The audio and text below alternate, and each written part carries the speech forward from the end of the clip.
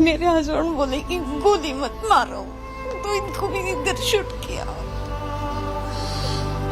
फिर पूछा कि हिंदू कौन है और मुस्लिम कौन है, और पहले पूछ रहे थे हिंदू अलग हो जाओ मुस्लिम अलग हो जाओ। सब लोग उधर घूमने आए, थोड़ी ना मजहब का कुछ था उधर, तो ये नहीं होना चाहिए ऐसा लगता है। हमारे सामने ही सब घुमा रहा, उधर कोई पुलिस वाला भी नहीं था। हमारा पहला दिन ही था घूमने का। हम लोग उधर मिनी स्विट्ज़रलैंड वगैरह बेताब वैली शाम को जाने वाले थे, लेकिन मिनी स्विट्ज़रलैंड और उधर के 2-3 पॉइंट्स है वो हमें घोड़े पे देखने का था, तो वो सब हमारे हस्बैंड देख रहे थे। हम घोड़ा वगैरह हमने फिक्स किया। हम लोग मिनी स्विट्ज़रलैंड तक अच्छे से गए, उधर फ़ोटो वीटो निकाले। फिर हम लोग खाना खा के जा ही रहे थे, तो शूटिंग का स्टार्टिंग में आवाज़ आया हमको, लेकिन हमें लगा कि उधर कुछ गेम वगैरह चल रहा होगा, मतलब ये पर्यटन स्थल है तो इसीलिए। लेकिन बाद में देखा तो 2 जन ऐसे आ रहे थे, वो उनके हाथ में पिस्तौल, हाँ राइफल थी, और गोलियां चलाने लगे वो। तो हम लोग सब लोग नीचे झुक गए, मेरे हस्बैंड भी, मेरे साथ जो थे वो भी झुक गए। और फिर उन्होंने जब घोड़ों वालों को जो थे उनको उधर उनके ऊपर से ऐसे फायरिंग करके बोला कि घोड़े वालों मतलब सवारी जो लेने वाले थे आदमी लोग, उनको बोला जाने के लिए। तो हमारे साथ में जो थे हेमंत जोशी, वो बोले कि क्या हुआ है, आप ऐसा क्यों कर रहे हो, तो उनको डायरेक्टली हमारे सामने इधर शूट किया। तो मेरे हस्बैंड बोले कि गोली मत मारो, तो इनको भी इधर शूट किया।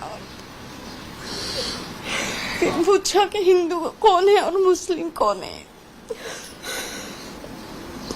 तो मेरे जीजा ने हाथ ऊपर किया तो इनको इधर डायरेक्ट शूट किया। हमारे सामने ही सब घुमा रहा, उधर कोई पुलिस वाला भी नहीं था।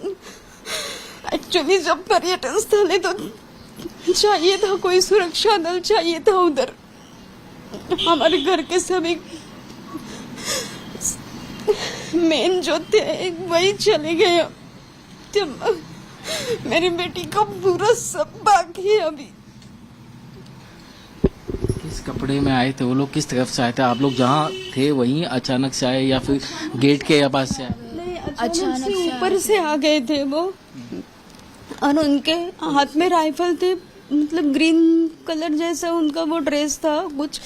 हम लोगों ने इतना देखा नहीं, लेकिन इधर वो कैमरा जैसा कुछ रहता है ना, हाँ वो था उनका, और राइफल से ऊपर भी शूट कर रहे थे, और जो बोल रहे थे उनको भी डायरेक्ट शूट कर रहे थे।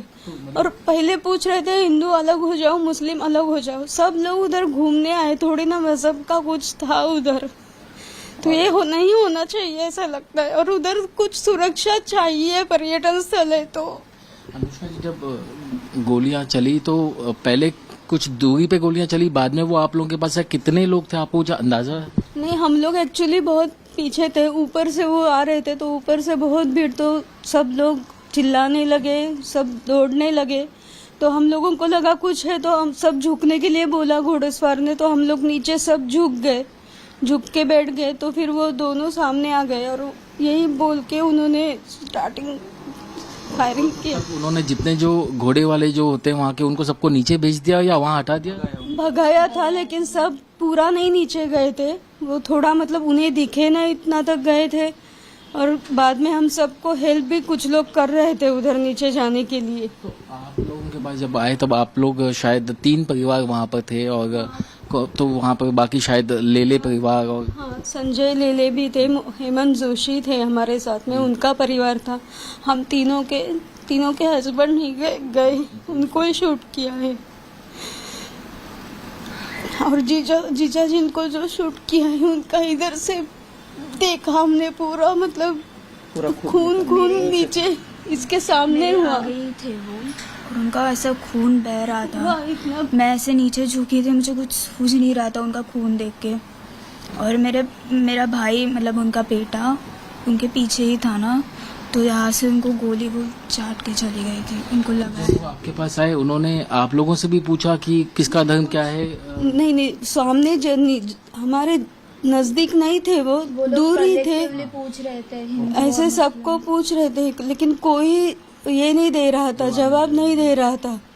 फिर बाद में ऐसे ऊपर ऊपर से उधर से चले गए तो फिर मैं आप लोगों के परिवार के जानना चाहता कि पहले फिर जो है उन्होंने जोशी जी पर पहले गोली चलाई कि उन्होंने? पहले जोशी जी पर चलाई, फिर बाद में हिंदू और मुस्लिम को ने पूछा तो मतलब बाद में अतुल ने बोला कि गोली मत चलाओ, हम कुछ नहीं कर रहे, हम सब इधर बैठे रहेंगे करके, तो उसको भी इधर से गोली चलाई।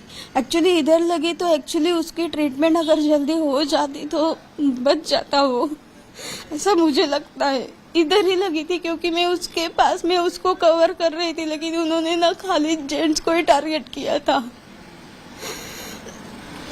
आपको उन आतंकियों की शक्ल याद होगी या दूर थे वो लोग? नहीं।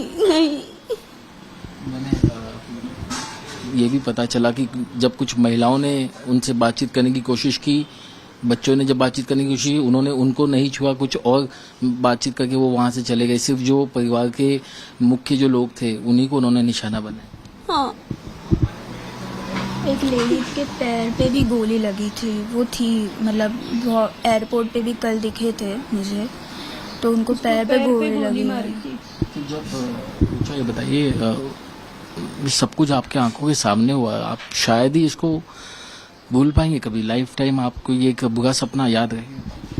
याद तो रहेगा, बहुत ट्रॉमेटिक एक्सपीरियंस था। मतलब ऐसा तो कुछ मैंने एक्सपेक्ट ही नहीं किया था ना। मैं तो हम सब घूमने आए थे और पहला ही दिन था हमारा, कुछ एक 4-5 ही घंटे हुए थे हम लोग को ट्रिप शुरू किए हुए, और वहाँ पे बहुत अच्छा एनवायरनमेंट था, मतलब लाइक बहुत ओपन एरिया था ना। और ऐसे ही हम फोटोज़ वगैरह निकाल रहे थे, देन खाना खाने गए थे, फिर निकल ही रहे थे तो ये सब अचानक फायरिंग चालू हो गई। हम भी सब कंफ्यूज हुए थे ये क्या हो रहा है करके, पर सब लोग एक डायरेक्शन में भाग रहे तो हम भी भागे और नीचे झुक गए कि क्या हो रहा है। फिर काफी अफरा तफरी हुई होगी, काफी चीख पुकार वहाँ पर हुआ होगा। वहाँ सब चिल्ला रहे थे, लेकिन फिर बाद में नीचे झुक के हम लोग शांत हो गए। फिर वो लोग जब गए ना तो हम लोग हमारे आदमी लोगों को जगाने की, उनको उठाने की कोशिश कर रहे थे, लेकिन वो उठ ही नहीं रहे थे, हमको उठाने को हो ही नहीं रहा था। तो वो लोग बोले कि उनको छोड़ो, आप अपनी जान बचा के नीचे जाओ। हम लोगों को इतना बुरा लगा कि हमारे आदमी को हम लोग उधर ही छोड़ के चले गए।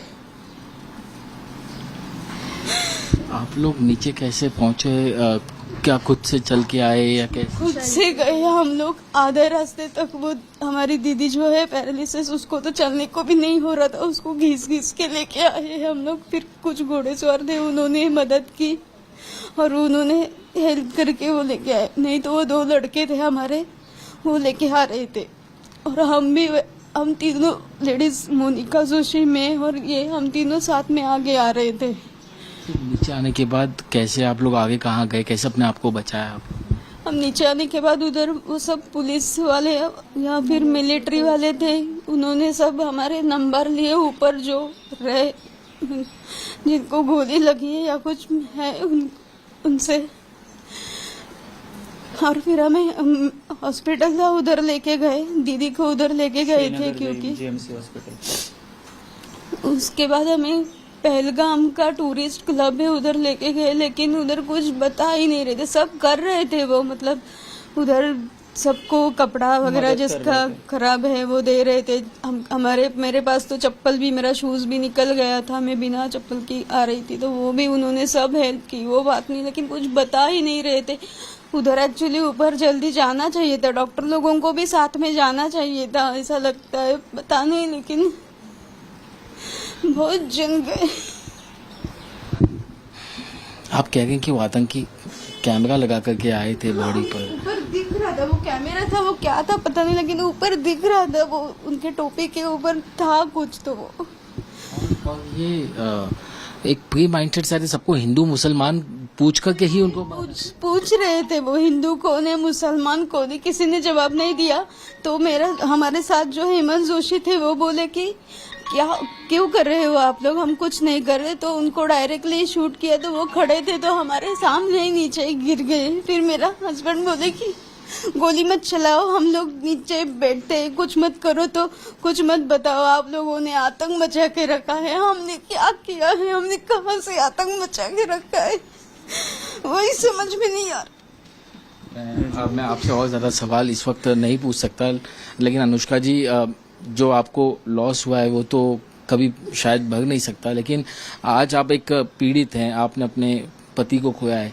ऐसी क्या सजा इन लोगों के साथ मिले, ऐसा क्या किया जाए सरकार ने दुश्मनों के साथ कि आपको थोड़ा लगे कि इंसाफ मिला है या इनको सबक मिला? इनको भी मार देना चाहिए, सब हमारे सामने, सबके सामने मार देना चाहिए, बाकी मार देना कुछ चाहिए नहीं। और उनकी चमड़ी निकाल के मार देना चाहिए, उनके आंख निकालने चाहिए, उनके हाथ पैर तोड़ देना चाहिए एंड ऐसे उनको सजा देनी चाहिए, सबके सामने सजा देनी चाहिए। फिर कोई सोचना नहीं चाहिए कि आतंकवाद करे, ऐसे सजा देनी चाहिए उनको। आज अफजल गुरु अजमल का साहब 1-1 साल 2-2 साल बिरयानी खा के जी रहा है और वो जो इंसान है उनका कोई भी कसूर नहीं है, वो ऐसे मौत। मुखाग्नि क्या ऊंचा ने दी? जी ऊंचा आपने मुखाग्नि दी, आप क्या चाहते हैं, किस तरीके के आगे कुछ एक्शन आपको दिखाई दे ताकि लगे कि कुछ इंसाफ हुआ है? गवर्नमेंट को एक्शन तो लेना चाहिए, हमें जस्टिस चाहिए। बिकॉज हम तो बेकसूर थे ना, हम इनोसेंट थे, हमने क्या ही किया था। मतलब मेरे पापा ने तो कुछ किया नहीं था ना, बहुत अचानक से हुआ था। अचानक से ही सब कुछ हो गया। आज निश्चित तौर पे दुखों का तो ऐसा पहाड़ आप पे टूटा है कि बहुत वक्त लगेगा इससे आपको उभरने में, लेकिन गुस्सा भी काफी ज्यादा है इन लोगों के खिलाफ। आपके जहन में निश्चित तौर पे काफी गुस्सा होगा। गुस्सा तो रहेगा, लेकिन इंसाफ तो मिलना चाहिए। हमारे घर का, वो मेरा तो घर चलाने वाला आदमी ही चला गया है।